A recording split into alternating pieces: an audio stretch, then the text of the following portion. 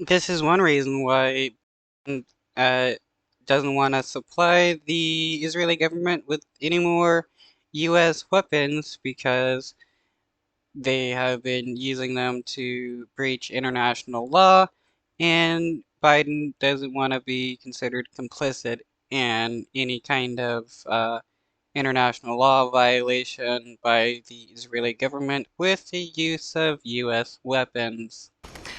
Now, we're just going to bring you some news that's been developing while we've been on air tonight. The US government has said that Israel may have used US supplied weapons in breach of international humanitarian law in some instances during the war in Gaza. These findings are in a review ordered by the White House. Let's find out more from our correspondent Tom Bateman in Washington. What more do we know, Tom? I mean, the U.S. government does whatever it can to defend the Israeli government, but it looks like they've gone past the point of what the United States is willing to defend, since they're willing to admit that the Israeli government has breached international law and we're using U.S. weapons to do so.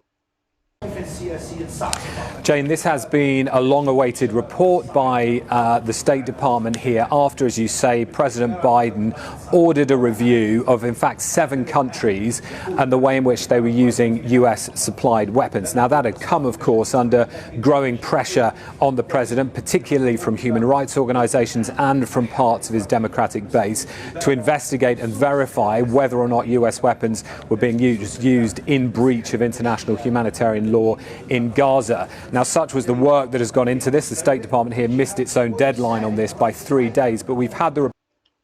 And this is against the Israeli government constantly saying that they follow every single international law, that they don't kill innocent civilians, that they're the most moral military in the world, yet here they are caught violating international laws and using U.S. supplied weapons to do so.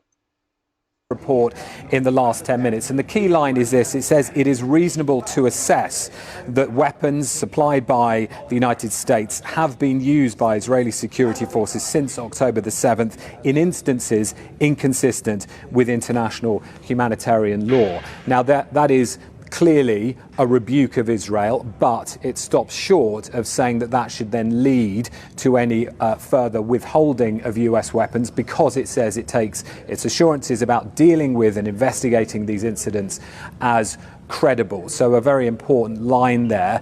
I think it signifies the way in which President Biden has been caught in a bind between parts of his base who want more weapons withheld from Israel and those who say that he is already not showing enough support to his key ally in the region.